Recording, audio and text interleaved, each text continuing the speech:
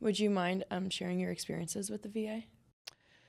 They're up and down. The first time I went to VA would have been, let's see, about 20 years ago, and I went into the Boise VA, which has always been known to be one of the more quality VAs in the country. But 20 years ago, there weren't a lot of women using VA. There was not a lot of equity in services or equitability, and or even recognition that women were there and needing care. There weren't even any women health centers in VA at that time, and so when you first go to the VA, they want you to go in and have your initial baseline appointment. So they said, okay, come to Boise VA and have your initial baseline. And I said, okay. So I got to the front desk and I asked where I was supposed to, where the women's health was. And she said, third floor. So I went up to the third floor. And when the doors opened, there was, mops and buffers, and it was like a janitorial area. And, I was standing there kind of shocked, thinking I must be on the wrong third floor. It was kind of bizarre. And I was holding the door open, and so the elevator was making that obnoxious dinging sound. And down at the end of the hall was a woman at a desk, and she said, "Ma'am, can I help you?" And I said, "Yeah, I'm supposed to have an appointment with Women's Health, but I think I have the wrong third floor." And she said, "No, ma'am, this is it." And I continued to stand there and hold the door open. And I said, "Do you mean to tell me that I served in the same military as the men, and they get an entire hospital, and I get a freaking janitor's closet?" And she sighed again and said, "Yes, ma'am, I'm really sorry."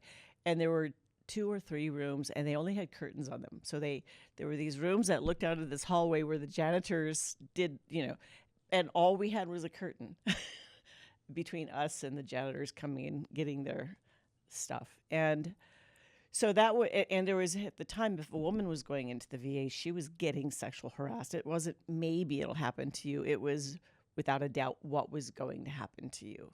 And we were being called Mister, and just it was very negative at first. And I got good care, but the process and the experience were very negative. And I have military sexual trauma from the overwhelming harassment that I experienced while I was in the military. So you can imagine that being in that environment with all of those men who were saying rude and sexual things to us and accosting us was very unpleasant. Now, fast forward to this day, and that's an entirely different experience. I think it still happens to younger women, but because I'm 66 and I don't have beautiful young skin and all that, it's not as prevalent. But having said that, I don't see it the way I saw it. Like, they still take up space and, do man stuff, and it still can be uncomfortable in certain spaces, like at the VA in DC. They have this one waiting room. It's really small, and they only have 6 chairs in there. And of course, when there's 3 or 4 men in there as a woman, I wasn't comfortable going in. That's just my experiences. But the medical care has improved dramatically. Now they have beautiful women's health centers at all the VAs, and they are recognizing more that women have different needs than men.